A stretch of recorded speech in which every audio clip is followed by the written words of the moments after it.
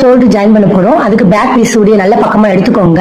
Front சைட வந்து உல்டா, அதாவது வந்து கெட்ட பக்கமா எடுத்துக்கோங்க. தையல் தெரிற மாதிரி மேலாப்ல இப்படி வச்சுக்கோங்க.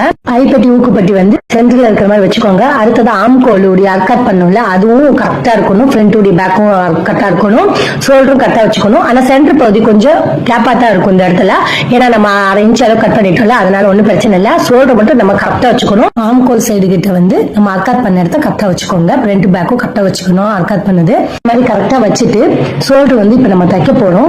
ஷோல்டருக்கு தையலுக்கான அளவு வந்து ஒரு 1/2 இன்ச் நம்ம விட்டோம்ல, இப்ப அந்த 1/2 இன்ச் அளவுக்கு தான் நம்ம தையல் தைக்கணுங்க. ஷோல்டர் கிட்ட இன்னும் சொல்றேன், அதே மாதிரி சேமா வச்சுட்டு அதே 1/2 இன்ச் அளவுக்கு தையல் போட்டுக்கலாம். அப்படியே நான் சேர்த்து தச்சிடுறேன். நம்ம நூலை மட்டும் கட் பண்ணி விட்டா போதுங்க. இப்போ சென்டர் நூலை மட்டும் இப்படி கட் பண்ணி விட்டுக்கோங்க. 1/2 இன்ச் அளவுக்கு நான் தையல் போட்டேன் பாருங்க. இப்ப 2 தையல் போடணும். ஏன்னா ஷோல்டர் வந்து பிரிஞ்சு வரக்கூடாதுல, அதனால 2 தையல் போட்டுக்கோங்க. எல்லாத்துக்குமே 2 தையல் போட்டுக்கிட்டா உங்களுக்கு ஸ்ட்ராங்கா இருக்குங்க. ஷோல்டர் தச்சுட்டோம். இப்ப நல்ல பக்கமா காட்டுறேன் பாருங்க. தச்சதுக்கு அப்புறம் இப்ப நம்ம தச்சதுக்கு அப்புறம் வந்து பேக் உடைய பிரிண்ட் பகுதி அர்கத் வந்து கரெக்டா இருக்கான்னு பாத்துக்கோங்க. ஆம்கோல் சைடு கரெக்ட் இல்லைன்னா அப்புறம் கைப்பகுதி இணைக்கும் போது முன்னும் வருங்க. சோ பார்த்துட்டு அதுக்கப்புறம் ஜாயின் பண்ணலாம். ஷோல்டர் ஜாயின் பண்ணிட்டு இந்த மாதிரி செக் பண்ணி பாருங்க. தையல் முன்னும் பின்னுமா இருந்துச்சுன்னா இந்த மாதிரி எக்ஸ்ட்ரா பீஸா கட் பண்ணி விட்டுக்கலாம்.